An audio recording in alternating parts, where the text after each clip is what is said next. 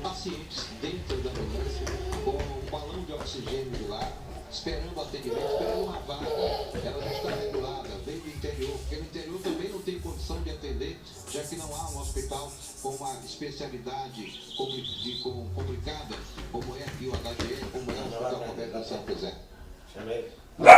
O jornalismo da Record recebeu um prêmio internacional na Espanha e ontem teve uma comemoração na emissora com a presença do bispo Edir Macedo. Aí está a imagem para você. Em uma visita rara, Edir Macedo participou de um almoço na sede da Rede Record nesta quinta-feira para cumprimentar a equipe dos executivos e jornalismo da emissora pelos resultados de audiência e pelos prêmios conquistados recentemente.